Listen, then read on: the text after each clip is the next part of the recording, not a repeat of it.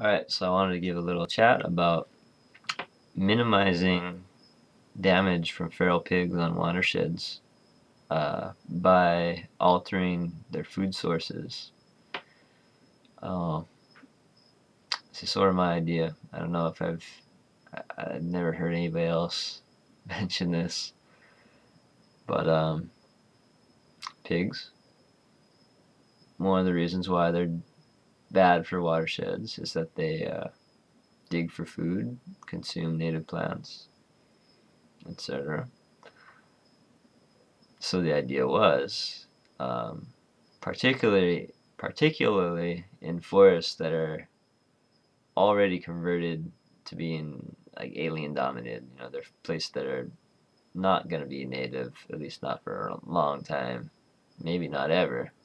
They're far from native forests. Native forests are way in the uplands, and these areas are down by the coast, so you don't have to worry about them competing. Not that they would compete anyway, because I'm not advocating invasive species. I'm advocating plants that are of low invasive risks, which should not spread.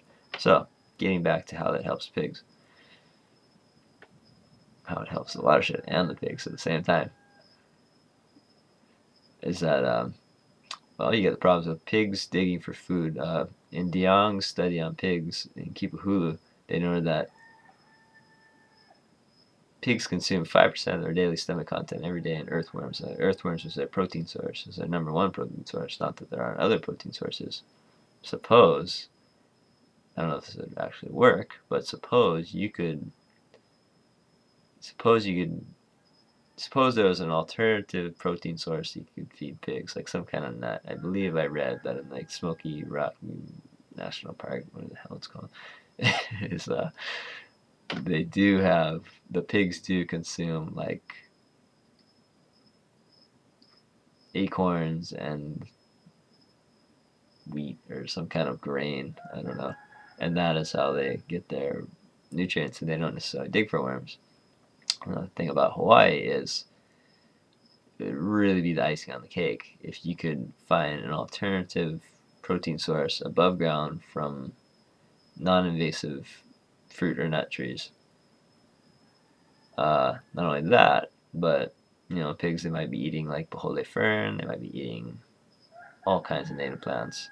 But if you could get an alternative food source that would draw them away from those native plants, something they wanted more, something that tasted better, like a mango, or we already have mango, but suppose there was like more mango varieties that went off longer throughout the year, jackfruit, lychee, all these different plants. The same things would grow in our yard. We know they do not spread, right? They're like great trees. Everybody loves them. Heck, we make a lot of money off of them. And at the same time, on a side note, you could make a lot of money off the mountains if all these trees were up there. Hawaii could have like a wild fruit industry. Back to the pigs. Some people say there's like Malka to Makai migrations of the pigs. In some areas you do observe that in the summer months they come down low for all the fruit trees, and in the winter they might go up for the guavas that are at higher altitude, the strawberry guavas that might be fruiting or eat native plants. Not real well documented, at least not documented. It's never been.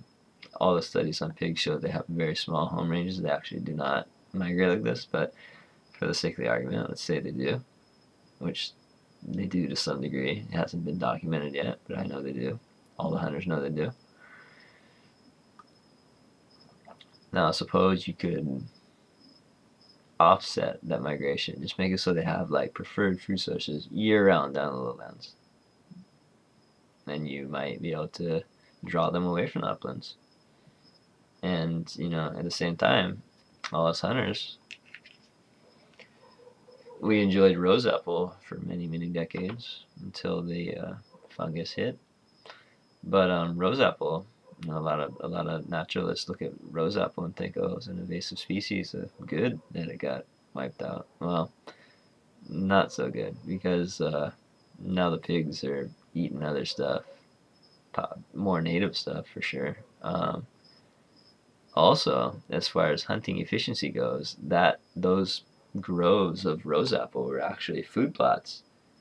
And what would happen was every time they would go off, not only would they have a lot of fruit, but for some reason the preferred earthworm, I don't have the species on hand, but the preferred earthworm that the pigs like to eat was very plentiful under those trees. So they would have their fruit, their protein, everything in one package. Now, if this is on like flat ground, they can root around and it's not going to cause much watershed damage.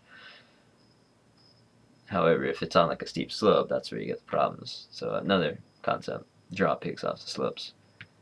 Back to the rose apple. So in the rose apple actually worked as a food plot. Draw the pigs in from the surrounding areas, and then you get this high density pigs. You can go hunt and catch them. You'd be a lot more efficient in terms of catching pigs. And we used to go all the time and catch pigs in the rose apples. We still do to some degree, not as much as before, but yeah, they're still producing earthworms apparently. A lot of clydemia grew in underneath them too. That's a whole other story. I digress. What was I talking about? Well, suppose, rose apple, mango, all those things are seasonal. They're usually isolated, but suppose you could have like a year-round food plot going off with like avocados, seasonal varieties of avocados going off, jackfruit, mango, breadfruit, lychee, rambutan. I mean, all the citruses. There's so many plants that you can grow in the mountains.